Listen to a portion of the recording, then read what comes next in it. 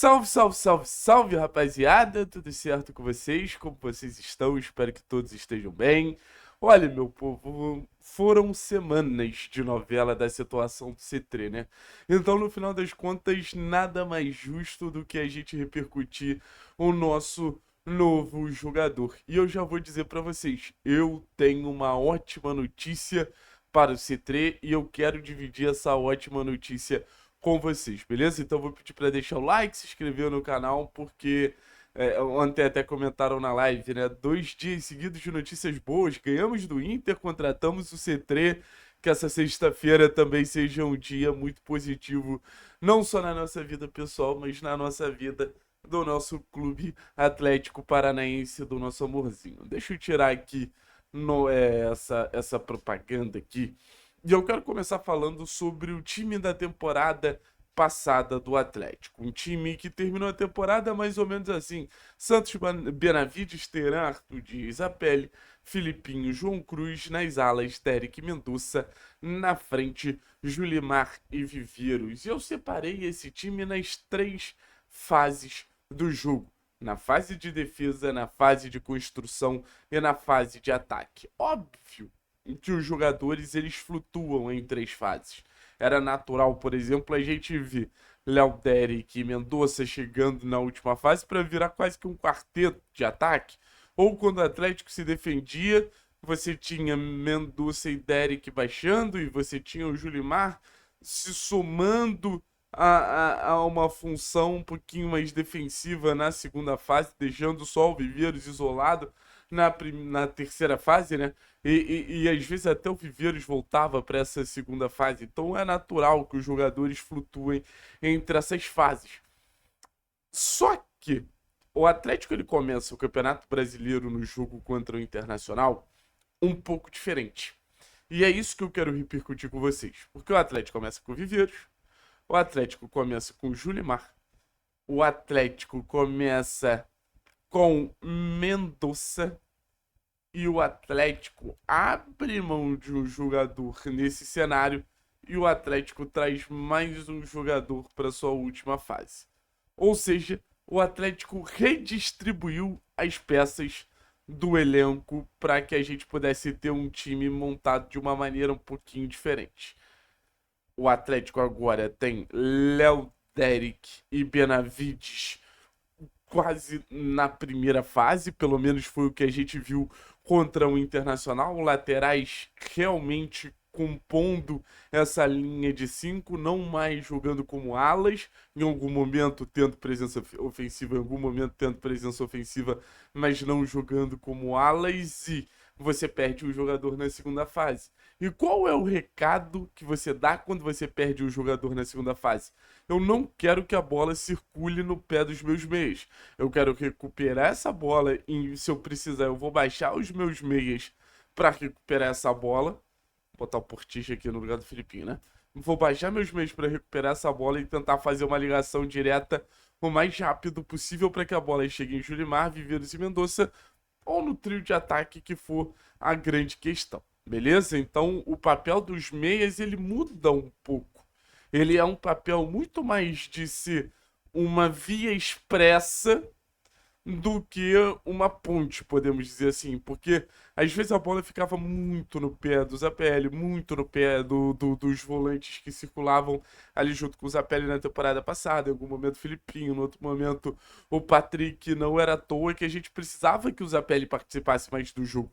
Nesse momento, quando a gente tem a bola, cara, o papel desses caras é acelerar o mais rápido possível. Talvez seja por isso que a gente tenha visto uma partida tão inconstante de Zapelli por Tija com a bola, porque é pegar a bola, acelerar, pegar a bola, acelerar, pegar a bola, acelerar, não ficar trocando passes. Não ficar trocando passes.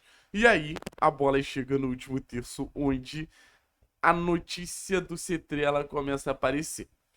No jogo contra a equipe do Internacional, foi Mendonça de um lado, Julimar do outro, Viveiros centralizado, variava bastante entre Mendonça e Julimar em muitos momentos. O que acontecia, o Julimar baixava pelos lados aqui, mas vinha muito para a segunda fase para deixar Viveiros e Mendonça. Muita gente está falando, é fácil, o C3 vai ser titular do Atlético no lugar do Julimar. E aí que eu peço muita calma. Que é óbvio que o Odair tem uma preferência pelo Mendonça. Eu não tenho dúvida disso.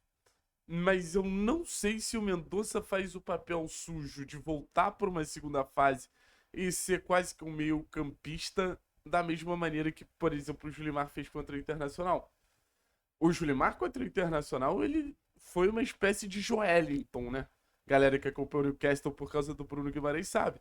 Porque é você adicionar um cara muito forte ao setor de meio campo e um jogador que naturalmente tem facilidade para chegar à frente. Então, acho que foi um ponto de equilíbrio muito importante para o time do Atlético. É você ter o Viveiros no comando de ataque. E para mim, a grande disputa vai ser Mendonça e C3. Não vai ser Julimar e C3 se a gente for levar em consideração o trabalho sujo que o Julimar faz e que eu não vejo nem Mendonça nem C3 fazendo. Então você começa a ter algo mais bem definido quando você tem uma estrutura e você entende como os nomes eles passeiam pelas estruturas. O Mendonça, chegou a jogar como ala na segunda fase, mas era um jogador muito de corredor. A gente não precisa ter um jogador aqui. A gente precisa ter um jogador aqui. Aqui. Aqui. Ele precisa ser mais um. Ele não precisa ser um cara abertão aqui, quase que isolado no corredor como o Mendonça era. Eu não vejo o C3 fazendo esse papel. Eu vejo o C3 recebendo a bola muito aberto. Eu vejo o C3 com muita liberdade para flutuar.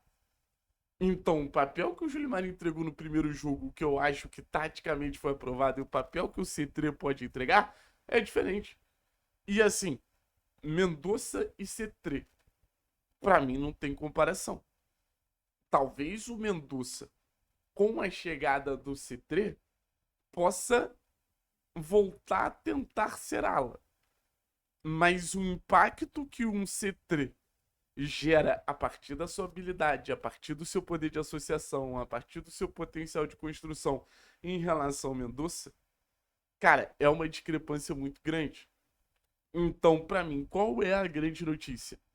Quando a gente jogava com mais um jogador na segunda fase, menos um jogador na terceira fase, eu acho que a posição do C3 estava mais aberta. Vai ser ala, vai ser segundo atacante, a gente não joga com pontas, o que que a gente vai fazer? No esquema que o Odair começa o Campeonato Brasileiro, eu vejo o C3 numa posição mais bem definida, eu vejo o C3 numa posição mais clara, que é esse cara com muita liberdade para em algum momento ser o segundo atacante, em outro momento ser ponta, em outro momento baixar aqui na segunda fase também, que vai ser necessário da contribuição dele no momento que o Atlético não tiver a bola. Então eu acho que o Atlético do jogo contra o Internacional dá pra dizer que ele tava esperando o C3. O Atlético da temporada passada, acho que não. Mas o Atlético do jogo contra o Internacional, pelo menos na minha visão, tava esperando o C3. Valeu, pessoal. Tamo juntos. É nóis. Forte abraço. Tchau, tchau.